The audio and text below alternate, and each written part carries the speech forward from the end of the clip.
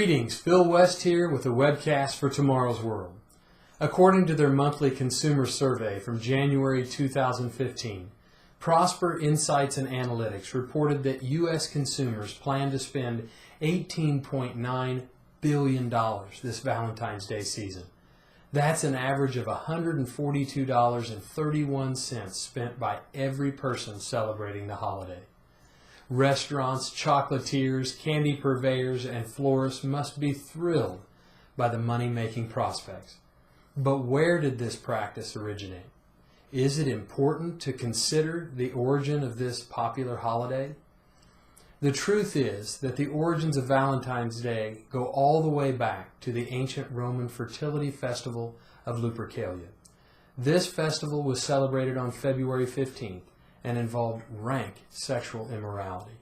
History.com states, quote, according to legend, all the young women in the city would place their names in a big urn. The city's bachelors would each choose a name and become paired for the year with his chosen woman. End of quote.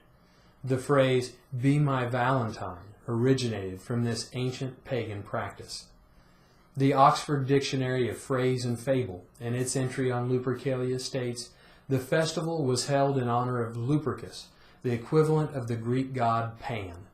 It is likely that his name is connected with lupus, or wolf, and that he was seen as a protector of flocks from wolves. End of quote. According to the Macmillan reference book Myths and Legends of the World, retrieved from encyclopedia.com, quote, Pan was a Greek fertility god associated with flocks and shepherds. End of quote.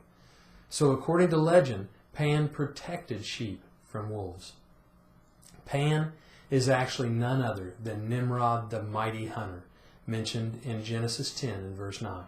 This wicked ruler was the original wolf hunter, or Lupercus, associated with the Lupercalia. Nimrod was an evil, licentious man who was worshipped by the pagans after his death. He was known as Baal by the Phoenicians.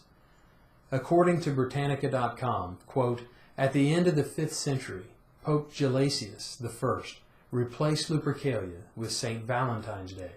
End of quote.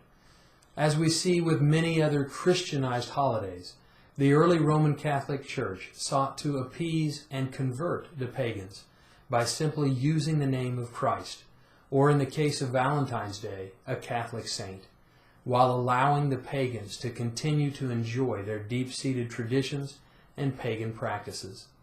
Is God okay with this? Jeremiah 10 and verse 2 states, learn not the way of the heathen. God does not want his people to act in this way. He expects us to reject pagan practices that are simply clever counterfeits. Nimrod originated and perpetuated a false system of worship that was in opposition to the great God.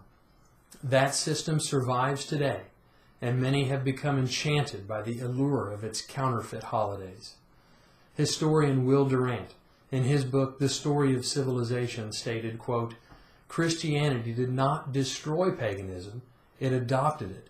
Christianity was the last creation of the ancient pagan world. End of quote. Friends, there's a better way. The world has been sinking into secularism since the beginning of creation. Secularism simply means worldly as opposed to spiritual. Paul provides us a warning in 2 Timothy 3 and verse 1 that in the last days perilous times will come. After describing a number of characteristics that would be extant in the end time, he mentioned later in verse 5 that many would have a form of godliness, but deny the power thereof.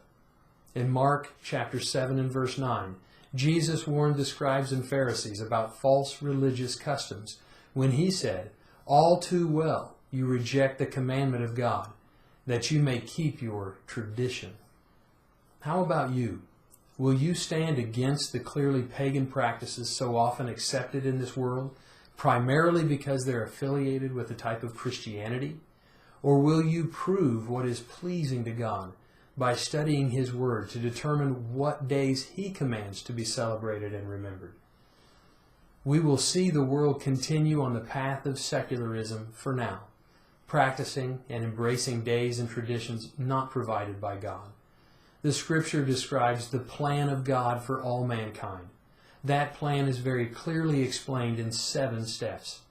Those 7 steps are the God-given holy days. Did you know that Jesus Christ kept the holy days and that he taught his disciples, who were later apostles, to keep those days as well? Did you know that the early church of God kept the holy days even after the death of Jesus Christ and the original apostles?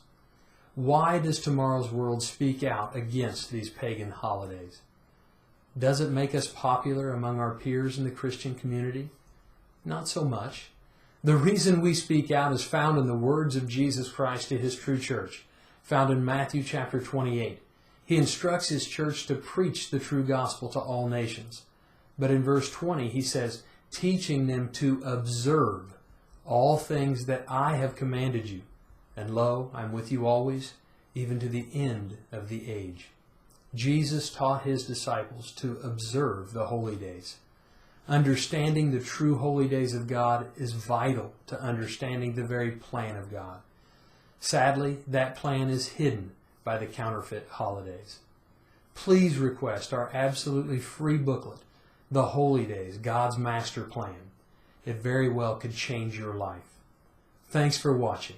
And for more information, video, and material on biblical and news topics, please visit us on Facebook or at tomorrowsworld.org.